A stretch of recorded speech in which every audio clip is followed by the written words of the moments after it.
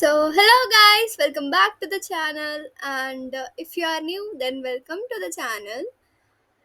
In this video, we are going to learn Findes algorithm, which is finding a maximally specific hypothesis in a given set of examples. If you haven't subscribed yet, then please subscribe to the channel for more such amazing videos and explanation.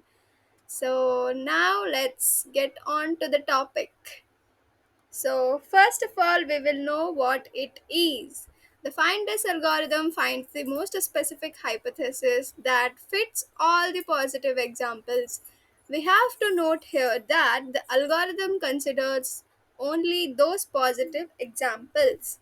Here, what are we going to do is we will give some examples to the machine learning, and according to positive examples it will make some most specific hypothesis, which will be the most um, reliable hypothesis of given data.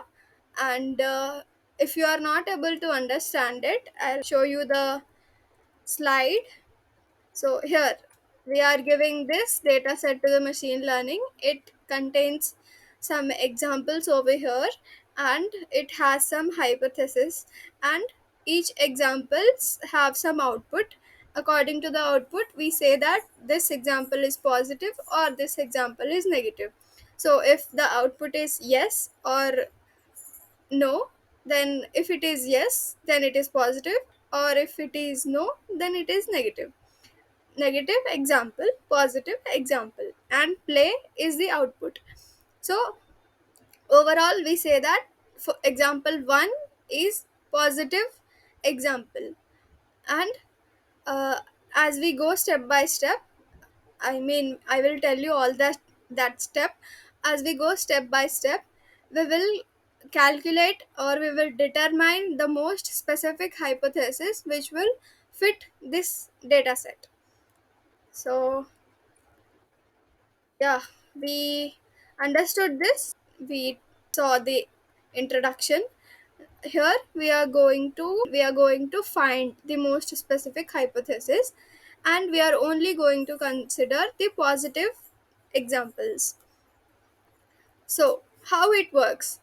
The Findes algorithm starts with the most specific hypothesis and generalizes this hypothesis each time it fails to classify and observe it positive training data.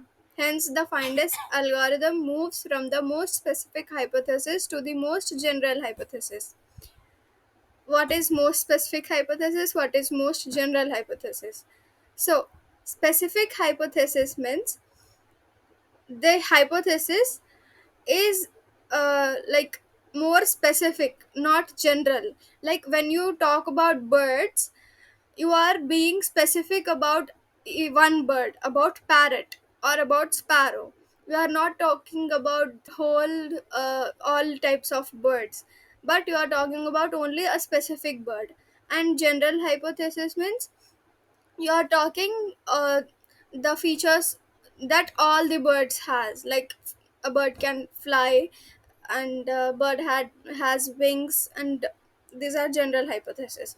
And a specific bird means, for parrot you can say that parrot has a red, it is called red color mouth. It eats uh, chilies, and parrot are of green color. So these are specific hypotheses. And if you talk about general hypothesis, then you say birds have wing, they can fly, and all that, you know that. And let's go to the next slide. Here the important representations of this algorithm to understand Findes algorithm. The first one is question mark. So here the question mark indicates that it has it indicates all values which can be acceptable for the attribute. The second point is specify a single required value for the attribute. That means one attribute can have only single value. The third one is phi. This phi indicates that no value is acceptable. That means it is null. Fourth one is the most general hypothesis is represented by question marks. That means here, as we saw, question mark indicates all values are acceptable for the attributes. So if all question marks are there in this set, then all values are acceptable for all attributes. If there is one question mark, then it means that it accepts all attributes. And if it is there in this curly braces, that means all the attributes accepts all the values. And the fifth one is the most specific hypothesis is required by sorry represented by phi. That means it is not going to accept any of the values. It is containing only null.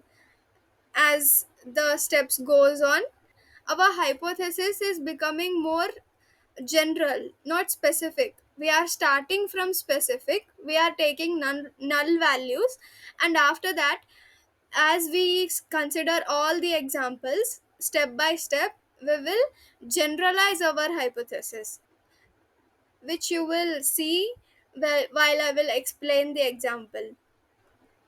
Now, steps involved. What are the steps involved in find S algorithm? First, we start with most specific hypothesis. It will contain null attributes. The second is take the next example, and if it is negative, then no changes occur to the hypothesis. So, if the hypothesis output is negative, that means the whole example is negative, we are not going to do anything, we will move on to the next example.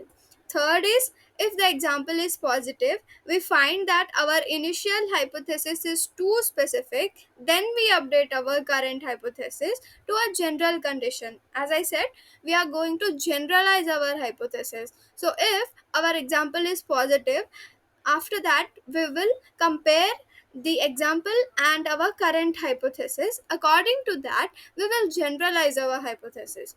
Fourth is keep repeating the above steps till all the training examples are completed. So we will cover all the examples. We will check if the example is positive or negative. If negative, leave it. If positive, we compare the current example and the current hypothesis, and we will make it more generalized. The fifth is, after we have completed all the training examples, we will have the final hypothesis, which helps us make predictions about the new stuffs based on what we have learned from the training examples. Actually, previously I wrote something else, but it was not understandable, so that's why I changed the text over here. So after working with all examples, we will have a final hypothesis, and this hypothesis will help us to will help the machine learning to make predictions in the real world hypothesis. And this is all that find us algorithm says. These are the steps. Now, let's see this example. Suppose we want to learn a hypothesis that distinguishes between play and don't play decisions for playing a game based on two attributes, that is, weather and temperature. The target concept is, if weather is sunny and the temperature is mild, then we will play. That means play is equals to yes. So we are going to consider this example. Now let's go to the next slide. This is the data set which we are going to give it to our machine learning. Excuse me, which we are going to give it to our machine learning model. The first example here is weather is sunny, temperature is mild, then play is equals to yes. After that, we have second example, weather if rainy, temperature is cold, then we will not go to play. Example 3 is weather is sunny and temperature is hot, then we cannot play in that much hot weather, right? So we will not go to play. For example 4 is weather is cloudy and temperature is mild, then we can go to play because it's not raining and temperature is also not hot, so we can go out to play. So now here we will do the actual work.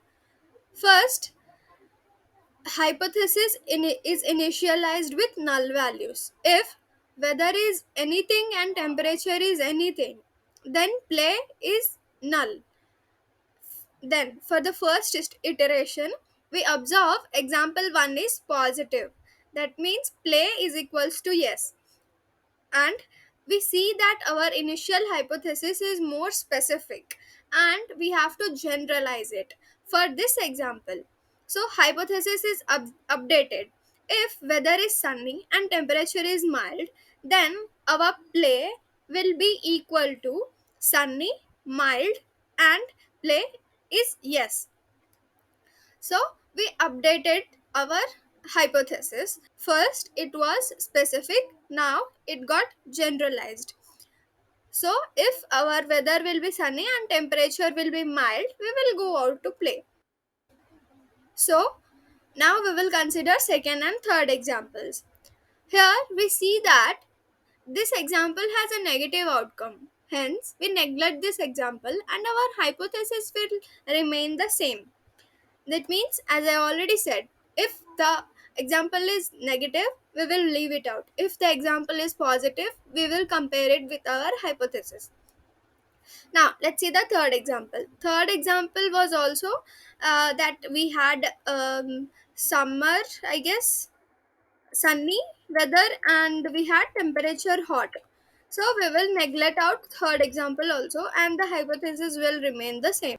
The data represent in example 4 is cloudy, mild, and play equal to yes. We compare every single attribute with the initial data, and if any mismatch is found, we replace that particular attribute with a general case, that is question mark. So in the starting only we saw all the you say this representation. So question mark indicates all values are acceptable for the attribute. So we will replace that with question mark. That means from specific it got converted into more, it became more general. So the previous hypothesis was sunny, mild, and yes.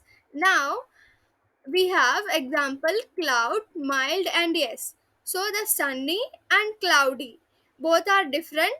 So what we will do, we will make it generalized. We will put a question mark, and this question mark will include sunny, it will include cloudy, it will include other um, weather also, let's say rainy also. So every value will be considered in this attribute. So it became more generalized. So that's it. And the final hypothesis correctly classifies all the positive examples of our training data and is the general hypothesis that still fits all the data. It's a useful model for predicting whether to play based on given conditions. Hence, for the given data, the final hypothesis would be question mark. That means it accepts all the values. That means weather equal to all weather, rainy, sunny, cloudy, all. And the temperature should be mild, and then play will be equal to yes. So yeah, that's it. I guess you have understood my explanation. If you have any queries or suggestions, then you can drop it down in the comment box. I'll surely check it out, and I'll see you in next video. Until then, subscribe to the channel, press that bell icon to get notification whenever I upload new videos. And yeah, thanks for watching. Bye bye. And if you haven't